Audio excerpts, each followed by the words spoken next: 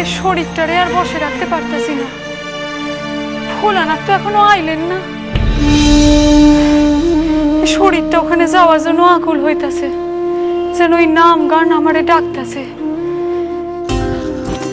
ওই দুনিয়ার হরিনামের এমন মাহাত্ম যে সব কাজ ফেলাইয়া বোস বাড়িতে যাইতেছি। হ তা যা কইছ, কীর্তন গাইতে আইতাছে আর সেখানে আমরা যাবো না? হরি নাম শুনুম না, সে তো হইতেই পারে না। আরে চলো চলো, তাড়াতাড়ি চলো দেখি।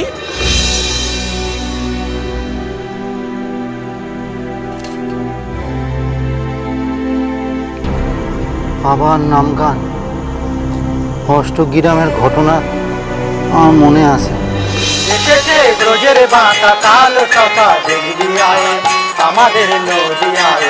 এসেছে ব্রজের বাঁকা কাল সকা দেখবি আয় আমাদের নদিয়ায়। কি হয়েছে দিদি? খুশিমা, খুশিমা, খুশিমা, কি হয়েছে?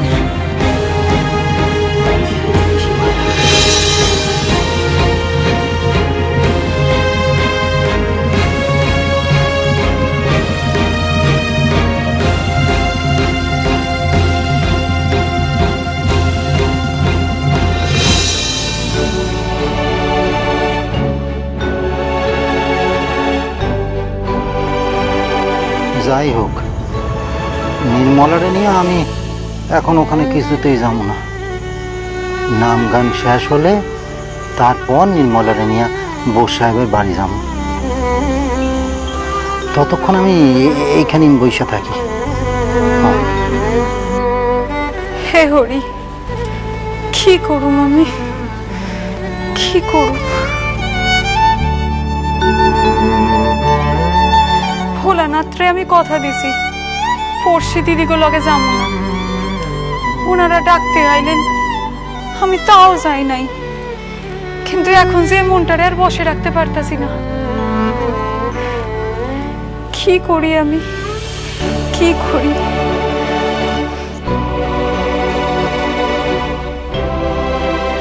বোস সাহেবের বাসার থেকে আমার কোয়ার্টার খুব বেশি দূরে না। নির্মলা নিশ্চয়ই ঘরে বৈশা বৈশা নাম গান শুনতেছে। নির্মলার জন্য আমার খুব খারাপ লাগতেছে, কিন্তু কি করি, ওর জন্যই এই ছলনার আশ্রয় লইতে হলো। হে মা কালী, তুমি আমার দোষ নিও না মা, আমারে ক্ষমা করো মা। নাম গান শেষ হওয়া যতক্ষণ না হয় ততক্ষণ আমার এইখানেই অপেক্ষা করতে হইব মা।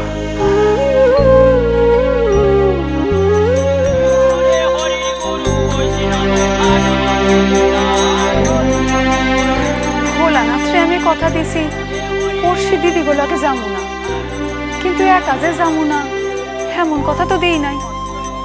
এইখান থেকে তো ওইখান, আমি তো একাই যাইতে পারি। আমারে যাইতে হইব, এখনই যাইতে হইব।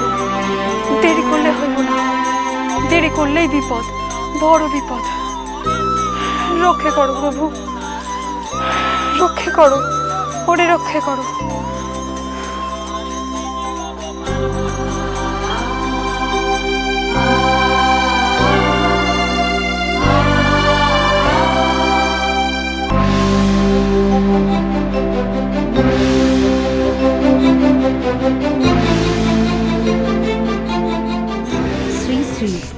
আনন্দময়ী সোম থেকে শনি সন্ধ্যে 6:30 আকাশ 8-এ।